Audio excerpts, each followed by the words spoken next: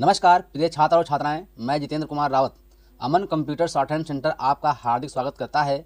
जो छात्र और छात्राएं सिंह प्रणाली शॉर्ट हैंड पूरी किताब पढ़ चुके हैं और उस किताब के मैटर की भी शॉर्ट हैंड डिक्टेशन स्पीड बना चुके हैं और उन्हें अधिक शॉर्ट हैंड डिक्टेशन स्पीड बनानी है तो संपर्क करें, क्योंकि हमने रामधारी गुप्ता की किताब में से 203 पेज डिक्टेशन के लिए हैं, जो प्रत्येक पेज में 400 शब्द हैं, जिनका डिक्टेशन 60, 80, 100 व 120 शब्द प्रति मिनट की स्पीड से 400 व 800 शब्दों पर दिया गया है।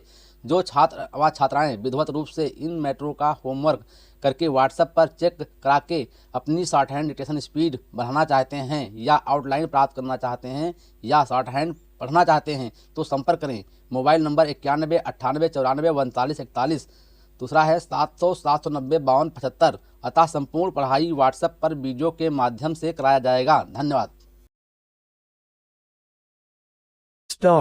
महोदय, जब तक आहिंदी भाषी हिंदी को हृदय से स्वीकार नहीं करते तब तक वो राष्ट्रभाषा का स्थान नहीं पा सकती, और ये तभी हो सकता है जब वे ये समझें कि इसमें उनका भी योगदान है और उन्होंने इससे केवल लिया ही नहीं बल्कि इसे कुछ दिया भी है और उन पर कोई दूसरी भाषा लादी नहीं गई है बल्कि यह उनकी ही भाषा है।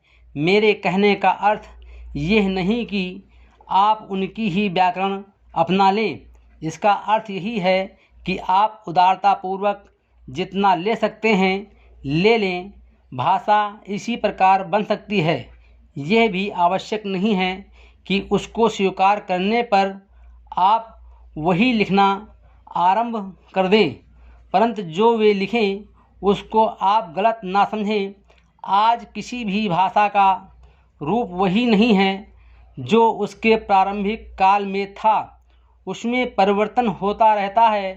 हिंदी के इतिहास में भी आपको यही बात मिलेगी।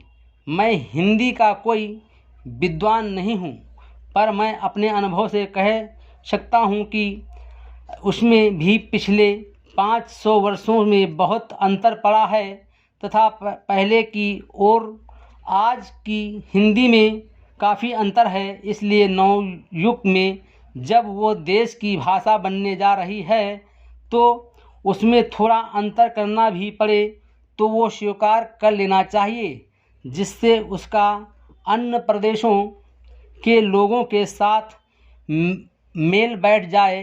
कई आहिंदी भाषी लोगों ने भी हिंदी को काफ़ी सेवा की है।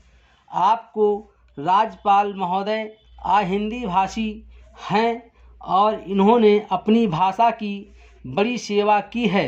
ये भी हिंदी के पक्ष में थे और इन्होंने बड़ा योग दिया, जिसके कारण हम संविधान सभा में सफल हो सकें। इनका भी यही विचार है जो मेरा है। मैं चाहता हूं कि इनको भी हिंदी की सेवा करने का अवसर दिया जाना चाहिए। उसका फल हिंदी के लिए और देश के लिए अच्छा ही होगा। मानपत्र में आपने संस्कृत के संबंध में कहा है। मैं मानता हूं कि हमारे देश में संस्कृत का अध्ययन आवश्यक है, क्योंकि देश की सभी भाषाओं का स्रोत वही भाषा है। संस्कृत में से हमारा संबंध अटूट है। इसकी पढ़ाई लिखाई कम हो गई है, ये हमारे लिए दुख की बात है। मैं आशा करता हूँ कि इसकी उन्नति होगी। Full stop.